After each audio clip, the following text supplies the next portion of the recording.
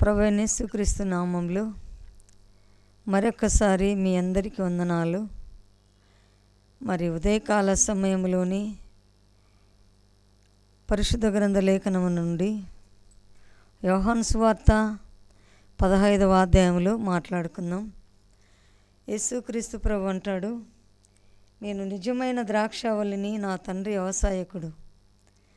వ్యవసాయము అంటే పైరు పండించేవాళ్ళు అని అర్థం. వ్యవసాయం అంటే పైరు పండించేవాళ్ళు. భూమి ఉన్న వాళ్ళందరూ కూడా వ్యవసాయం చేయగలరు. మరి ఈ ఉదయకాల సమయంలోని యేసు ప్రభు అంటున్నాడు, నా తండ్రి వ్యవసాయకుడు, నేను నిజమైన ద్రాక్షావల్లిని. ఆయన అంటున్నాడు, నేను నిజమైన ద్రాక్షావల్లిని, నాలో ఫలింపని ప్రతి తీగను ఆయన తీసి పారవేను, ఫలించు ప్రతి తీగను మరి ఎక్కువగా ఫలింపచేయనని, దానిలో పనికిరాని తీగను తీసివేను. నేను మీతో చెప్పిన మాటలు బట్టి మీరిప్పుడు పవిత్రులై ఉన్నారు. నా యందు నిలిచి ఉండి మీ యందును నేను నిలిచి ఉందును. తీగ ద్రాక్షావల్లిలో నిలిచి ఉంటేనే కానీ తనంతట తానే ఏలాగు ఫలించదో అలాగే నా యందు నిలిచి ఉంటేనే కానీ మీరు ఫలింపరు. ద్రాక్షావల్లి నేను, తీగలు మీరు. ఎవరు నా యందు నిలిచి ఉన్నాడో, నేను ఎవని యందు నిలిచి ఉందునో వాడు బహుగా ఫలించును. నాకు వేరుగా ఉండి మీరేమీ చేయలేరు.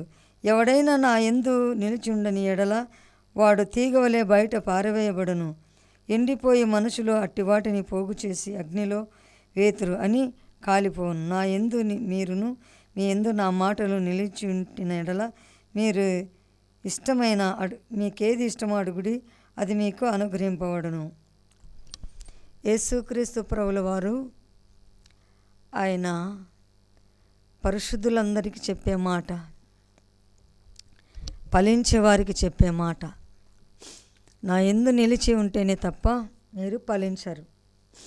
నా మాటలు మీ యందు నిలిచి ఉంటేనే తప్ప మీరు ఫలించరు. ఫలించమంటున్నాడు దేవుడు. తన యందు నిలిచి ఉండి ఆయన మాటలు మన యందు నిలిచి ఉండాల. తండ్రి వ్యవసాయకుడు అని చెప్తాడు.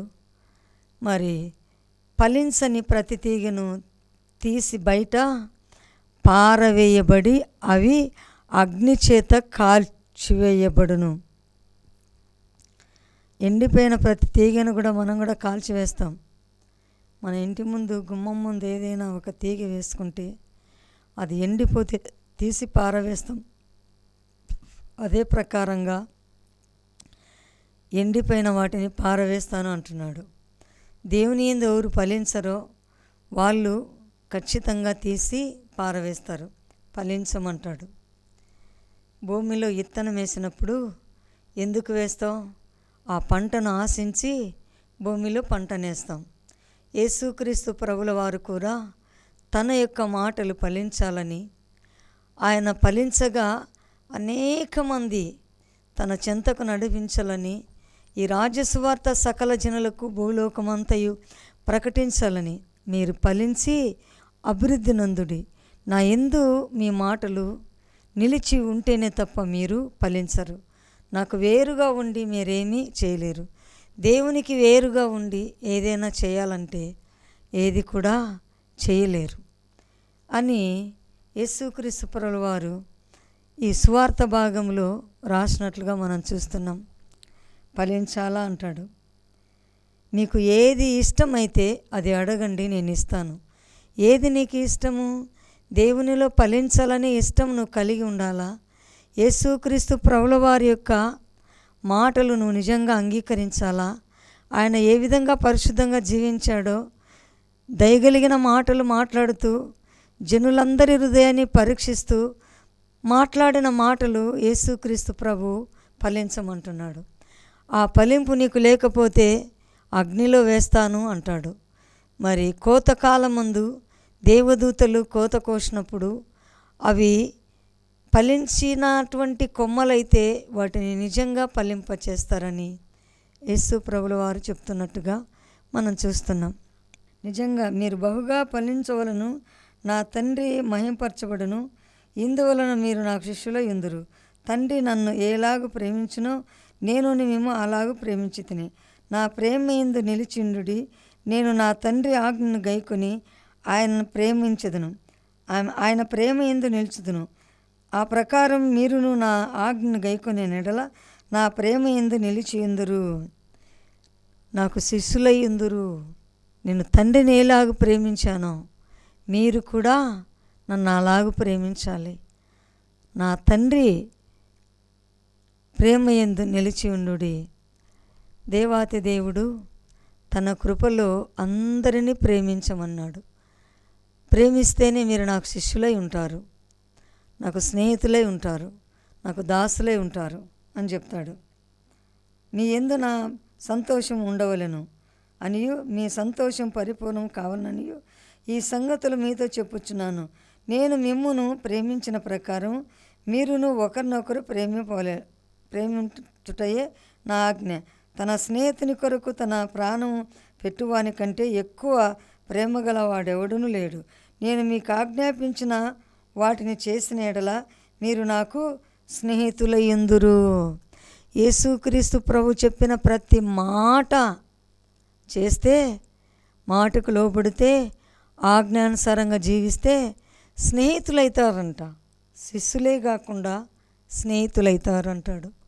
స్నేహంగా ఉందామా? నిజంగా దేవునికి స్నేహంగా ఉండాలంటే ఆయన ప్రేమించాలా. ఆయన ప్రేమిస్తే ఆజ్ఞను గైకొనాలా. ఆజ్ఞను గైకొంటే ఆయన మాటలు ప్రకారము జీవించాలా. శత్రువును ప్రేమించాలా, మరి దేవుని మాటలు గైకొనాలా. వీటినన్నిటినీ చేయడానికి మనకైతే కష్టమే. కానీ దేవుని స్నేహితులుగా ఉండడానికి ఇష్టపడిన వారు తప్పకుండా వీటిని చేయాలని చెప్తుంది కదా పరిశుద్ధ గ్రంథం. వీటిని చేయాలా. వీటిని చేసినప్పుడే ప్రేమిస్తాం. ప్రేమించిన వారు మాత్రమే దేవునికి స్నేహితులవుతారు. ఆయన ఆజ్ఞ ఇంటేనే స్నేహితులవుతారు. మరి ఆయనకు స్నేహంగా ఉంటే శత్రుత్వం ఉండకూడదు కదా.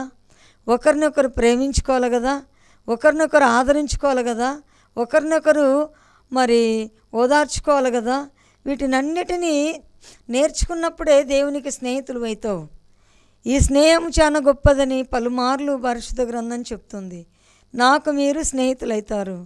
నా తండ్రి ఇంట అనేక నివాసములు కలవు, లేని ఎడల నేను చెప్పను అంటాడు ఆయన. మరి ఆ నివాస స్థలంలో నీవు నేను ఉండాలంటే, ఆయన నిజంగా నువ్వు ప్రేమించాలంటే ఆయన ఆజ్ఞలు గైకొనాలి. మరి నేను నిజమైన ద్రాక్షావళిని, మీరు ఫలించాలంటే ద్రాక్షావళిలో ఉండాలి. నా తండ్రి వ్యవసాయకుడు, నేను నిజమైన ద్రాక్షావళినైతే నా తండ్రి వ్యవసాయం చేసేవాడు. భూలోకంలో ఉన్న ప్రతి మానవుని వ్యవసాయం చేసేవాడు ఆయన. అలాంటి ప్రేమ నువ్వు కలిగి ఉన్నావా? ఆయనకు స్నేహంగా ఉండాలని ఇష్టపడితే, నువ్వు నిజంగా ఆయనలో ఫలించాలని ఇష్టపడితే నిజమైన ద్రాక్షావళిలో నువ్వు ఉండాలా. నిజమైన ద్రాక్షావళిలో నువ్వు ఉండాలంటే ఆయనను ప్రేమించాలా, శత్రువుని ప్రేమించాలా, నీలో ఉన్నటువన్నీ తుడిచివేసుకోవాలా. అది సాధ్యమా? నిజంగా సాధ్యమే. దేవుని ప్రేమించే మనసులు అన్నిటినీ కూడా ఓర్చుకుంటారు, అన్నిటినీ కూడా తుడిచేసుకుంటారు. మరి రోషము, పౌరుషం అనేటివి క్రీస్తు నమ్మిన బిడ్డలకు ఉండవు. ఒకరినొకరు మీరు ప్రేమించుకోవాలంటాడు. ఆ ప్రేమ కలిగి ఉంటేనే దేవుని యందు నిలిచిన్నవారుగా అని చెప్తాం. ఆయన ప్రేమ యందు నిలిచి లేకపోతే దీన్ని చేయడానికి ఎవరికి కూడా చేత కాదని పరిశుద్ధ గ్రంథం చెప్తుంది. మరి నేను నిజమైన స్నేహితునిగా ఉండాలంటే, దేవుని స్నేహం కలిగి నీవు ఉండాలంటే ప్రేమించే మనసు నీకు ఉండాలి. ప్రేమించే మనసు నీకుంటే, ఆయన స్నేహాన్నే కోరుకునే నీవైతే ఆయన ప్రేమించే విషయాన్ని నువ్వు నేర్చుకోవాలి. ఆ ద్రాక్షావళి నిజంగా ద్రాక్షావళి అంటున్నాడు ఆయన. నా పనికిరాని ప్రతి తీగను బయట పారవేసి అగ్నిలో వేస్తాను అంటాడు. ఎందుకనగా నేను నా తండ్రి వలన వినిన సంగతులన్నిటినీ మీకు తెలిపితిని, మీరు నన్ను ఏర్పరచుకొనలేదు. మీరు నా పేరట తండ్రిని ఏమి అడుగుదురో అది ఆయన మీకు అనుగ్రహించినట్టు మీరు వెళ్ళి ఫలించుటకును మీ ఫలము నిలిచిండుటకును నేను మిమ్మను ఏర్పరచుకుంటే తిని, మీరు ఒకని ఒకడు ప్రేమించవలనని ఈ సంగతులు మీకు ఆజ్ఞాపించుచున్నాను. లోకము మిమ్మను ద్వేషించినడల మీకంటే ముందుగా నన్ను ద్వేషించును. మీరెరుగుదురు. మీలో లోక సంబంధులైన ఎడల లోకము తన వారిని సహించును. అయితే మీరు లోక సంబంధులు కారు, నేను మిమ్మల్ని లోకము నుండి ఏర్పరచుకుంటుని. మీరు లోక సంబంధులు కారు. లోకం మిమ్మల్ని ద్వేషించిన ఎడల నన్ను ద్వేషించును. ఫస్ట్ మిమ్మల్ని ద్వేషిస్తుందంటే నన్ను ద్వేషించినట్టే. నా తండ్రి మాటలు మీరు వింటున్నారు. మిమ్మల్ని ప్రేమించినవాడు గొప్పవాడు, నన్ను ప్రేమించినవాడు గొప్పవాడు. మీరు లోకములో ఉన్నారు, మేము లోకములో ఉన్నవారిని నేను ఏర్పాటు చేసుకున్నా.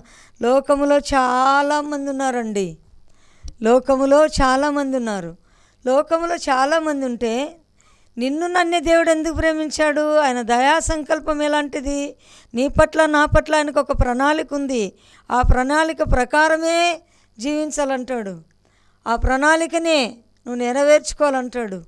మరి నిజంగా ప్రేమించేవారిగా ఉన్నారా? ఒకరినొకరు ప్రేమించేవారిగా ఉన్నారా? దేవుడు నిన్ను లోకంలో నుండి ఏర్పాటు చేసుకున్నాడని గ్రహింపు కలిగి జీవించే జీవితం నీకుందా? నిజంగా గ్రహిస్తున్నావా? నేను లోకంలో నుండి మిమ్మల్ని లోక సంబంధులు కారు, నేను మిమ్మల్ని లోకము నుండి ఏర్పరచుకుంటుని. అందుచేత లోకం మిమ్మును ద్వేషించును. దాసుడు తన యజమానుని కంటే గొప్పవాడు కాడని నేను మీతో చెప్పు మాట జ్ఞాపకం చేసుకుని. లోకులను నన్ను సహించినట్ల మిమ్మును కూడా సహింతుదురు. నా పేరట గైకొనిన ఎడల మీ మాటలు కూడా గైకొందురు. అయితే వారు నన్ను పంపిన వాని ఎరుగరు కనుక నా నామము నిమిత్తము నేను వచ్చి వారికి బోధింపకుండునట్టు వారికి పాపం లేకపోను. అప్పుడైతే వారి పాపములు మితిలేదు. నన్ను ద్వేషించువాడు నా తండ్రిని కూడా ద్వేషించుచున్నాడు. ఎవడును చెయ్యని క్రియలు నేను వారి మధ్య చేయకుండినడలా వారికి పాపము లేకపోను. ఇప్పుడైతే వారు నన్నును నా తండ్రిని చూసి ద్వేషించుచున్నారు. నన్ను ద్వేషిస్తున్నారు, నా తండ్రిని ద్వేషిస్తున్నారు. అలాంటి వారి మధ్యలో నుండి నేను మిమ్మల్ని ఏర్పాటు చేసుకున్నాను. ఇదిగో నా తండ్రిని కూడా ద్వేషిస్తున్నారు వాళ్ళు. అయితే నేను చేసిన కార్యాలు వాళ్ళు జ్ఞాపకం చేసుకోలేదు. నేను చేసిన కార్యాలు వాళ్ళ ముందునే ఎన్నో కార్యాలు చేశాను. ఇదే యోహాను సువార్త 21వ అధ్యాయంలో మాట్లాడతాడు. యేసు చేసిన కార్యములు అనేకములు, వాటిని వివరించి రాసినడల భూలోకమే పట్టదని నాకు తోచుచున్నది. భూలోకం పట్టదంట. దేవుడు చేసిన కార్యాలు పెద్ద గ్రంథం. ఆ గ్రంథము లోకంలో పట్టదు. అన్ని కార్యాలు చేశాడు దేవుడు. మానవుని ప్రేమించి తనతో స్నేహంగా ఉండాలంటే ఏవి తీసేసుకోవాలనో, ఆయనలో అంటుకట్టపడి ఏ విధంగా ఉండాలనో, మరి నాతో ఉంటే నన్ను ప్రేమిస్తే నా తండ్రిని ప్రేమించినట్టే.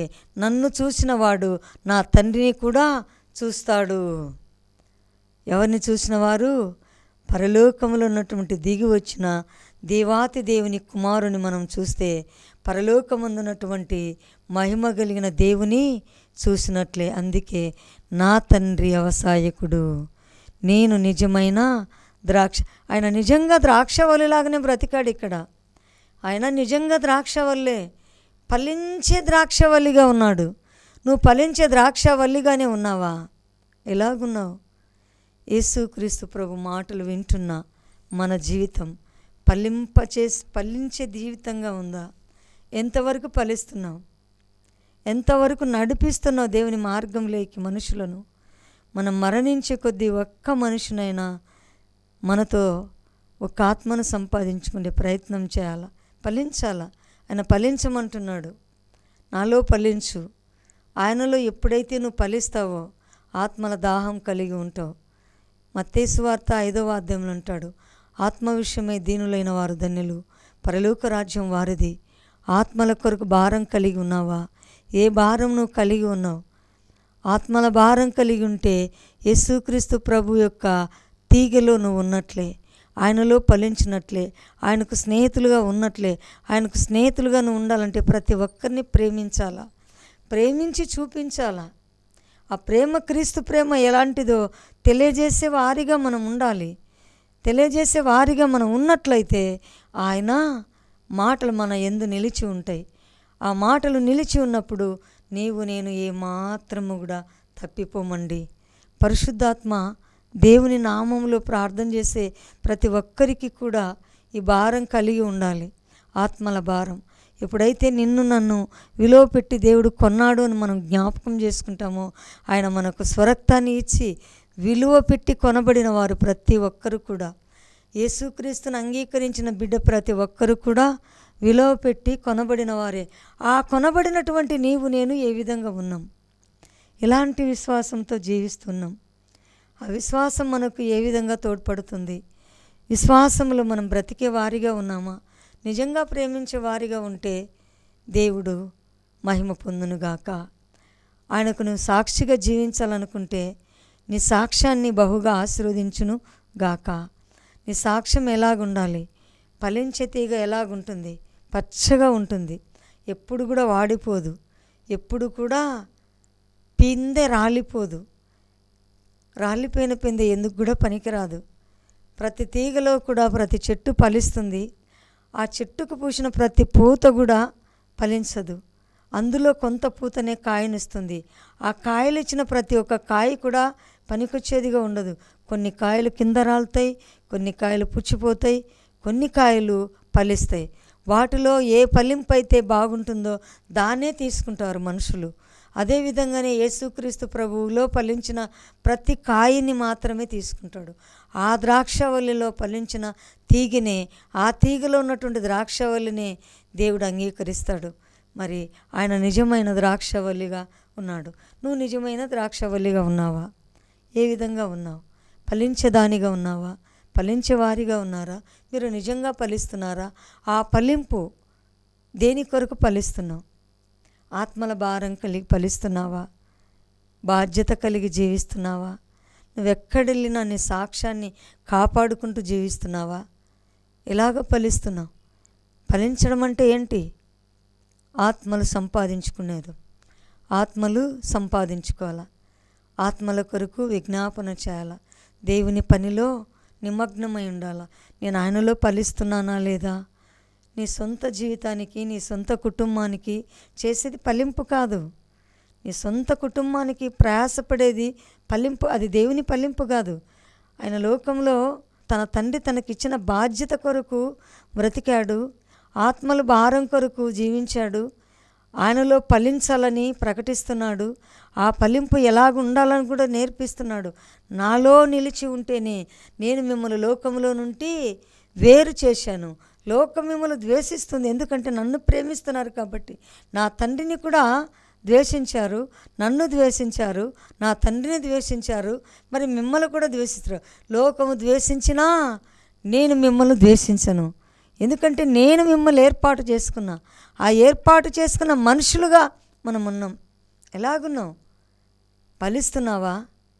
క్రీస్తులో అభివృద్ధి చెందుతున్నావా? ఆ అభివృద్ధి గురించి ఆలోచిస్తున్నావా? ఆ అభివృద్ధి నిజంగా ఫలించాలని కోరుతున్నావా?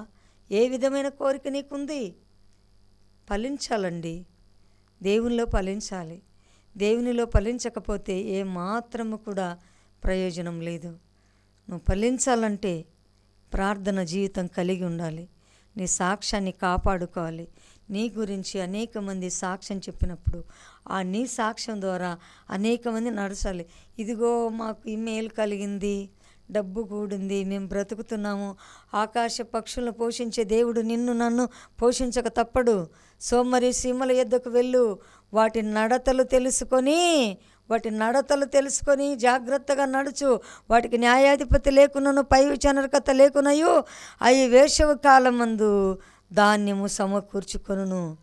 సోమరిగా ఉండి నేను దేవుని పనే చేస్తున్నా, ఇంకేం పని చేయను, ఇది కాదండి. పౌలు పగలంతయు డేరాలు గుట్టి తను ఎవరికి భారము కాకుండా తన్ను తాను పోషించుకొని రాత్రంతా పరిచర్య చేశాను అంటాడు. నేను ఎవరికి భారంగా ఉండడం లేదు, పగలంతయు డేరాలు కుట్టాను.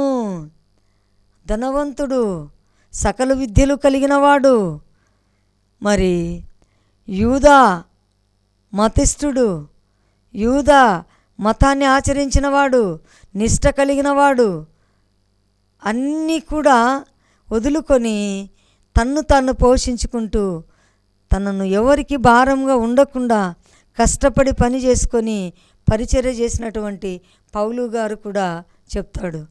మరి దేవుని బిడ్డలు సోమరులుగా ఉండి దేవుని కొరకున్నామని రకరకాలుగా ఉండకూడదు.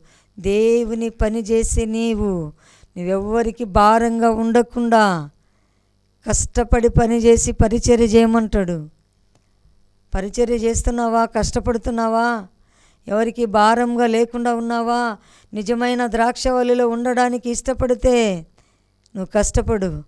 ఆ కష్టం నిష్ప్రయోజనం కాకుండా ప్రయోజనం కావాలని దేవుని అడిగితే ఆయన తప్పకుండా ఇయ్యగల సమర్థత కలిగిన దేవుడని చెప్తాడు. ఎలాగున్నాం? నిజంగా దేవుని ప్రేమించే మనసు నీకుంటే, నాకు నిజమైన స్నేహితుడిగా ఉండాలంటే ఆయన మాటలు గైకొనాలంటాడు. ఆయన మాటలు గైకొంటున్నావా? లోకంలో నేను ఎంత మంది ద్వేషించినా ప్రేమిస్తున్నావా? ఏ విధమైన ప్రేమతో ప్రేమిస్తున్నావు? స్నేహం చేయాలనుకుంటున్నావు దేవుడితో? ఫలించే స్నేహం కావాలనుకున్నావా? నమ్మకాన్ని కలిగి జీవిస్తున్నావా?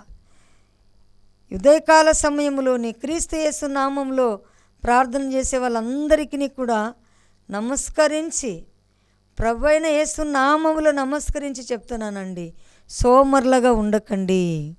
సోమరులుగా ఉండకండి. అది దేవుడికి ఇష్టం కాదు. సోమరితనం దేవునికి ఇష్టం కాదు. కష్టపడి పని చేసుకొని దేవుని పని చేసి ఆయనతో స్నేహం చేసి ఫలించాలని కోరుకో. ఆయనతో ఐక్యమై ఉండు. తండ్రిని గణపరిచేవారుగా ఉండండి. తండ్రితో సమానత్వంగా జీవించి కృపను కలిగి ఉండాలని చెప్తాడు. ఉదయకాల సమయంలోనే ప్రార్థన చేసే ప్రతి ఒక్కరికి విజ్ఞాపన చేసే మాటలు ఏంటంటే, నిజమైన ద్రాక్షవల్లిగా ఉన్నావా? ప్రేమిస్తున్నావా? అందరినీ ప్రేమించాలా. శత్రువులైన వారిని కూడా ప్రేమించాలా. శత్రువులను కూడా ప్రేమించాలా. ప్రేమించకపోతే చాలా కష్టం. నువ్వు ప్రేమిస్తేనే ఆశీర్వాదం. ఇట్లాంటి ఆశీర్వాదాలు ఎన్నో. ఆ ఆశీర్వాదానికి తగిన జీవితం జీవించే భాగ్యం నీకు ఉండాలి. దేవుని యొక్క కృపలో మనమందరము కూడా ఒకరోజు, నీవు నేను చూసుకోకపోయినా మనమందరం కూడా ఒకరోజు దేవుని నామములో కలుసుకుంటామని మనవి చేస్తున్నాను. నిజమైన ద్రాక్షవల్లి, ఆ నిజమైన ద్రాక్షవల్లితో నీవు అంటు కట్టబడి ఉండాలంటే ఆయన మాటను వినాల, లోబడాల, ఆజ్ఞానుసారంగా బ్రతకాల. దేవుని స్నేహం ఎంత గొప్పదో. ఆయన స్నేహంతో నువ్వు ముడి కట్టుకొని ఉండాలంటే, ఫలింప చేసే దేవునితో ఉండాలంటే నిజమైన దేవుని ఆరాధిస్తున్నావని జ్ఞాపకం చేసుకో. ప్రియ సహోదరుడా, ప్రియ సహోదరి, ఈ మాటలు మీ వినికిడిలో దీవించి ఆశీర్వదించునుగాక. ప్రార్థన చేసుకున్నాం. ప్రియ ప్రభువా, మీ కొందనాలు స్తోత్రాలు చెల్లిస్తున్నాం. పరిశుద్ధాత్మ దేవా, మీకే స్తుతి స్తోత్రాలు. ఘనమైన దేవా, బలమైన దేవా, సమస్త మహిమ ఘనత ప్రభావములు మీకే చెల్లిస్తున్నాం.